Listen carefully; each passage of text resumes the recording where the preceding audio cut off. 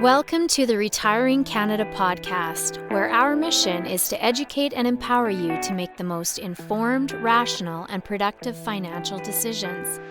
Hosted by certified financial planner, author, and chartered investment manager Michael Isbister, you'll go behind the scenes to uncover the tips and strategies to help you invest smarter, optimize your retirement income, and reduce the amount of tax you pay.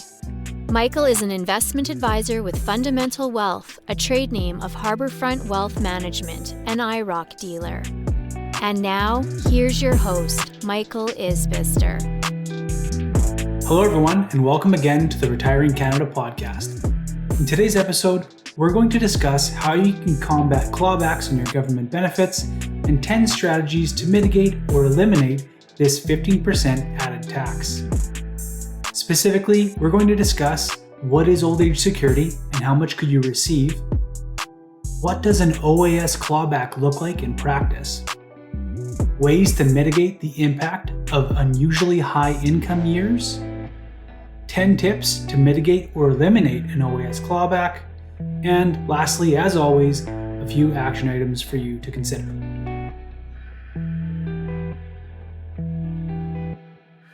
Well, before I get into today's episode, I have some very exciting news to share. My wife and I are expecting our second child in May of next year.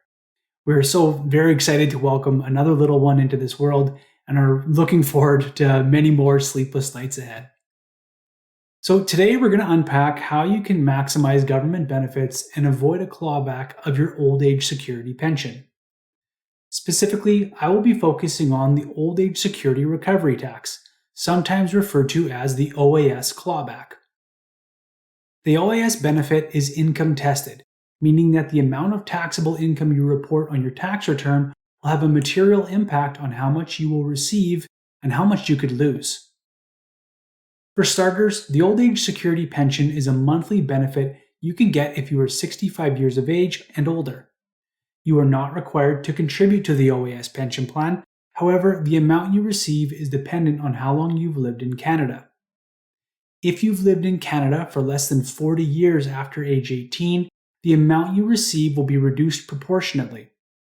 So for example, if you're age 65 and you start the OAS benefit and you've only lived in Canada for 20 years after age 18, you will only receive half of the OAS pension.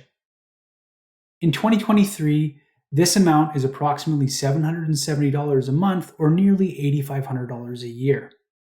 If you're older than 75, this benefit is increased to $778 a month or just over $9,300 a year.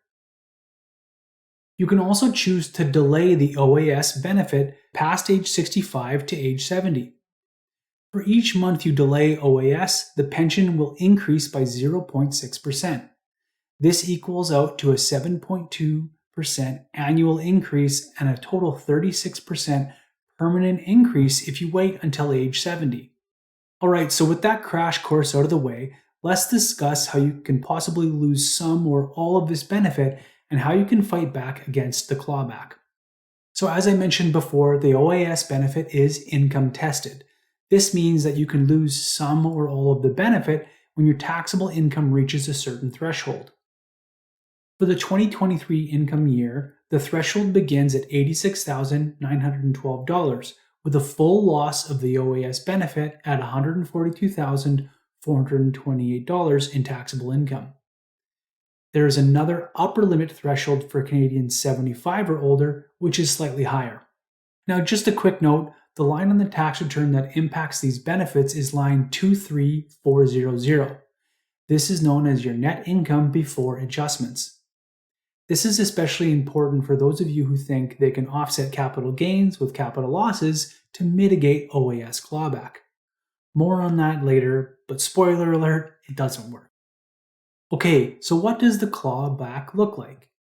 So in English, what this means is that for every dollar of taxable income you report over the lower threshold of $86,912, you are slapped with an effective 15% increase in tax. So if you reported, say, an extra $5,000 in taxable income over this threshold, this would result in a $750 loss in benefit. So if you reported, say, an extra $5,000 in taxable income over this threshold, this would result in a $750 loss in benefit. This would be seen as a social benefit repayment when you file your taxes and a reduction in your monthly OAS benefit starting in July of the same year. So let's walk through that again. You file your taxes in April, and at that time, learn your income is $5,000 over the threshold. This will trigger a social benefit repayment of $750 that reduces your refund or increases your balance owing by increasing the calculation of total tax payable. In July of that same year, your OAS pension will now be adjusted downward, or in other words, clawed back. So on a monthly basis, the OAS pension would be reduced by $62.50, or 1/12 of the overall $750. This would span from July through June to the following year. Now let's assume that increase in income you experienced in a given year was a one-off scenario. Maybe you sold a piece of land or property, maybe you had a large capital gain in an investment account, or distributions from a holding company, some other sort of infrequent taxable event. In this scenario, the social benefit repayment is still required at filing because on the income you earned in that year put you over the threshold. If you do nothing, public pensions will assume the same thing will happen again next year, meaning your OAS will be clawed back proportionally during the next cycle starting July. When you file your taxes the next year, the government learns your income is now below the threshold. Now you will receive a credit on your tax return dollar for dollar and increase your overall tax refund. Alternatively, if you didn't want to wait a full year to receive the credit on your next year's tax return, you do have the option to file a form with CRA called the T1213 OAS, Request to Reduce Old Age Security Recovery Tax at Source. This form provides CRA an estimate of your incomes, deductions, and tax credits for the current tax year. If approved, the government may adjust or eliminate the OAS recovery tax. In the end, whether you file this form or just wait for the following year's tax return, it's a wash. However, for some of you who prefer to have the funds in their account month to month rather than waiting until the end of the year, there may be some benefit to filing this form early. Alright, so with that out of the way, now let's discuss 10 ways to reduce or eliminate OAS clawback and keep the government out of your pocket. First off is to ensure you're fully utilizing the tax-free savings account. If you have investments that are generating taxable income in a non-registered account, so things like interest income and dividend income, ensuring the TFSA is utilized will help keep the taxable income number down. Second, if the TFSAs are maxed out, pay close attention to your non-registered investments and how the income is distributed. Interest income is fully taxable, so there may be some validity to shifting an investment that generates primarily interest income to an already fully taxable account like an RRSP or a RIF. If your investments produce dividends, you may want to even be a little more careful, as these will also trigger a clawback. This is because dividends are grossed up, and in turn will inflate your taxable income number on line 23400 of your tax return. Now, yes, you will receive a dividend tax credit that will help to reduce your tax bill. However, this does nothing to reduce line 23400 on your tax return, and this represents your income before adjustments like the dividend tax credit. Third tip is to pay close attention to your accrued capital gains, whether it be in a rental property, lake property, significant unrealized capital gains in a non-registered account, etc. There may be some merit to realizing some of these gains before you start your OAS pension. Fourth tip builds on the last. If you do expect to realize some capital gains as you reach age 65, you may want to consider deferring OAS to a later date. Not only will you avoid a potential clawback or loss of the benefit, your benefit will also be permanently increased as the OAS pension is increased, as I discussed earlier, as you delay it. Even if you don't have any significant gains expected, there still may be some validity to deferring this pension till age 70. However, in order to be certain, I would strongly suggest running some scenarios with a professional. The fifth consideration would be to convert an RRSP to a RIF early or simply withdraw taxable income out of these accounts before you start OAS. This may seem counterintuitive, but there are some scenarios where this strategy can make a ton of sense. The sixth consideration is to do the opposite and actually add to your RRSP. If you have the room, it may make sense to add to the RRSP account if you're eligible to help reduce your taxable income and mitigate or eliminate the OAS clawback. This strategy can be especially important for those who are triggering a large one-off taxable event like I previously mentioned. Although the RRSP is fully taxable in the future when withdrawn, if you don't expect your income to be higher in the future and thus don't expect a clawback, offsetting a higher income year with an RRSP contribution can make a ton of sense. The seventh strategy is optimizing your pension income splitting with your spouse. If you have an eligible pension, you can split up to 50% of the income with your spouse to reduce your overall household tax and mitigate or eliminate a potential OAS clawback. The eighth tip builds on the last by using something called CPP pension sharing.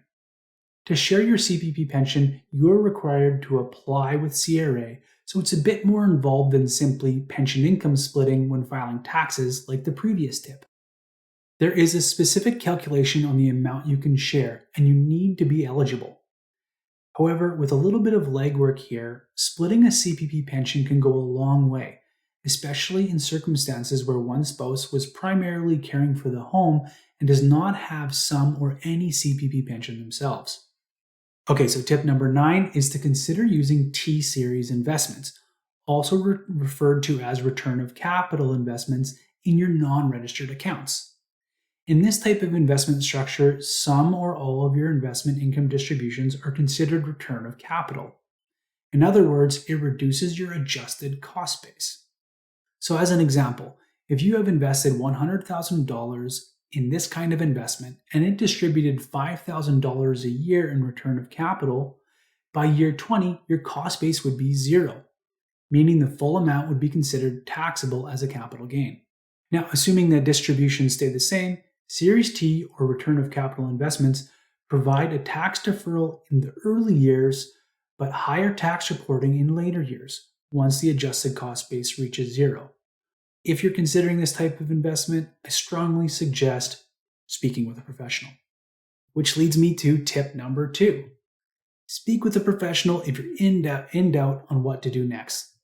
Shameless plug, I know, but hey, I help clients with this type of stuff all the time. I understand that it isn't an issue for most retirees as their incomes are below the threshold and easier to manage. However, for our higher income, higher net worth clients, we find there's tremendous value in helping save them from an additional 15% tax. Here's the thing, when it comes to working with a wealth manager like myself, everything is a matter of tax. Just think about it. One of the reasons I like to go through my clients' tax returns is because, well, it's their money, and I need them to understand what's happening with it. And when we start to have the conversation about OAS and an additional 15% tax, you can really start to see the importance of this type of planning. Because at the end of the day, I want to be sure that you are not overpaying the CRA. We look at taxes from a 10-year timeline instead of a 1-year timeline. Because if your household pays, say, $30,000 in tax a year, stacked up over 10 years, that's $300,000 paid to CRA. And over 30 years of retirement, this number really starts to stack up. What I want to see is how we can bring this number down and make it lower. Even if it's only down to, say, $27,000 a year in household tax, that's still $30,000 in savings over the next 10 years. That's why it's essential to be discussing your taxes with your wealth manager and not just your investments. All right, so that does it for today. Let's go through the action items for today's episode. First off is to develop a retirement income roadmap to see how close you are to this OAS clawback. First is to add up your fixed incomes, so things like your defined benefit pensions, CPP, OAS, and other taxable annuities. Then add in other income streams like rental income, investment income from non-registered accounts, and distributions from your RIF or RRSPs.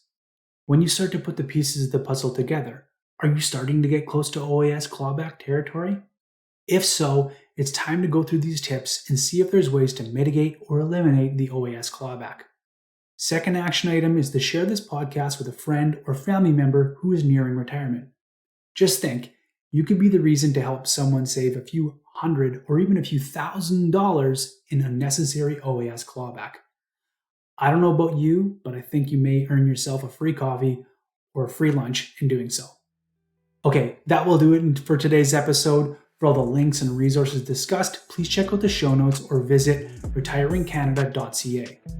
If you enjoyed this show, please subscribe and leave us a 5-star review on your favorite podcast app. Be sure to sign up for my weekly Retiring Canada newsletter. And hey, when it comes to your retirement, don't take chances.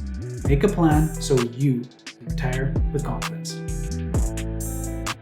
All comments are of a general nature and should not be relied upon as individual advice. The views and opinions expressed in this commentary may not necessarily reflect those of Harbourfront Wealth Management. While every attempt is made to ensure accuracy, facts and figures are not guaranteed. The content is not intended to be a substitute for professional investing or tax advice. Please seek advice from your accountant regarding anything raised in the content of the podcast regarding your individual tax situation.